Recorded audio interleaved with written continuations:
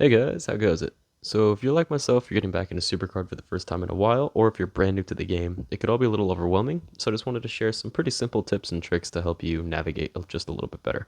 So tip number one, your top 8 is super important. Your top 8 governs which cards you're going to receive in certain reward packs. So for example, the Survivor Series pack, if you win the Survivor Series, you're going to get a card based on your top 8. So as you can see here, my top 8 is Arcane, so I'd be getting an Arcane Superstar. So if you improve your top 8, you're going to get better rewards around the board. And also, of course, improving your top 8 is going to make your card stronger, so you're more useful in like team events and things of that nature. So with the top 8, there is a word of caution that comes, because if you upgrade your top 8 to the point where they're so much better than the rest of your deck that they raise your enemy's like strength, it becomes a bit of a problem. So like in my Royal Rumble deck, I don't have my Tommaso Ciampa Octane card because he is so much stronger than the rest of my cards that he raises the strength of my opponent's cards, and there will be like a random 85,000 power, Octane on their team as well. And if I don't draw Tommaso Ciampa, I lose. So just keep that in mind with upgrading your cards. So if you get a way higher rarity than the rest of your cards, you may want to consider leaving them out. All right. So tip number 2 is on draft pick farming. Draft picks are also super important. You get a lot of fodder to feed your strong cards. You can, get some chances at decent cards, and draft picks are overall just a good thing to get. And a good way of getting them is playing the Royal Rumble, playing the Elimination Chamber. You want to stay away from Money in the Bank, in my opinion, especially if you don't have much time to play the game. Money in the Bank's pretty grindy. You play the same kind of matches over and over. The rewards aren't the greatest. If you're trying to grind super coins, it's okay. But once again, there are other things that you could do. I would suggest Survivor Series if you're anywhere above um, Ronin. I would say you'd want to go Survivor Series over it because you get 25 picks if you place third or fourth. It's much better. King of the Ring, you can kind of always have King of the Ring going. I don't have one going right now because I wanted to get better so I can get a better reward. But King of the Ring, it's not like a sit down and play. It's an overtime kind of thing. If you don't know how King of the Ring works, I'll release a video on that in a couple days. And yeah, so Wild, TLC is okay for it. PvP is probably the best for it. Draft picks are very important. Get your draft picks up. Number 3, I want to talk about which cards you need to upgrade. So obviously you're going to want to upgrade your best cards, but as it stands right now, I would suggest upgrading any WrestleMania 38s and aboves. So your WrestleMania 38 is this rarity right here, where my cursor's over. So that rarity isn't very strong, right? It's only the 8th best there is right now.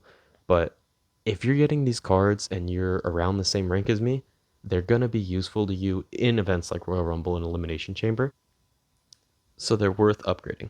I myself don't have them upgraded quite as much because I've just been kind of flying through, but that's because I've had some coins to work with from when I used to play, right up there.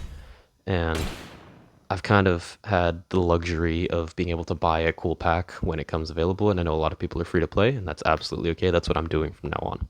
So you want to upgrade those cards and above, and like I said, prioritize the strongest of the strong to get your top 8 as high as possible. So for number 4, I want to talk about limited time modes and events.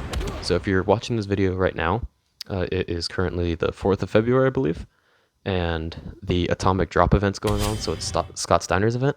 You want to use all of your atomic tokens. If you complete one of these runs and you get each of these letters, you get a bonus of 100 credits, which is pretty solid.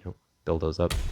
And then this one is super coins, super coins, 1,000 of them, so that one's pretty solid too. I did this one a lot, so I have a ton of the collectible that goes along with this one. And I actually haven't touched this one because I'm going to work on it in a little while.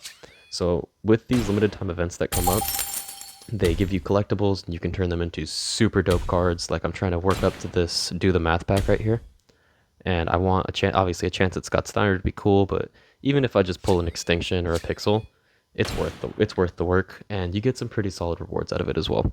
So definitely make use of those limited time modes and events, and you definitely want to join a team as well.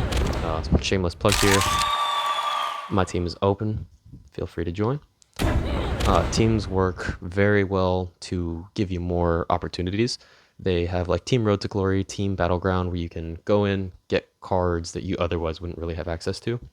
And it's also cool to have a social aspect to the game. Number 5, and my final tip for you, is the importance of super coins. So super coins are pretty easy to slouch at because you have to get a lot to build up to. Oops, you have to get a lot to build up to a solid reward, but those rewards are really, really solid. I've only been playing for 5 days ish, and I don't play every hour of every day.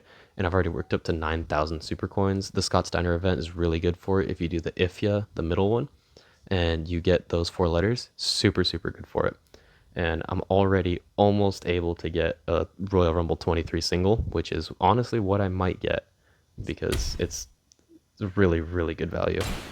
And the super coins, you get them from a lot of different things. Like I said, namely the Scott Steiner event. If you're watching this video right now, Scott Steiner is awesome for it. The Money in the Bank's pretty solid for it as well. And super coins are definitely nothing to be slouched at. Credits, credits are pay to win, so don't really worry yourself about credits. You'll get them in your free packs and stuff. Bonus tip, make sure you're getting your free pack. If you have the time, watch the ad. It gives you another free pack. It's usually pretty solid. You can't see, unfortunately, what it gives, but it'll give you survivor tokens and super coins and credits. Very, very solid pack. You get it every 4 hours. So yeah, those are 5 basic tips and tricks on WWE Supercard. Thanks for watching. I'll see you in the next video. Later.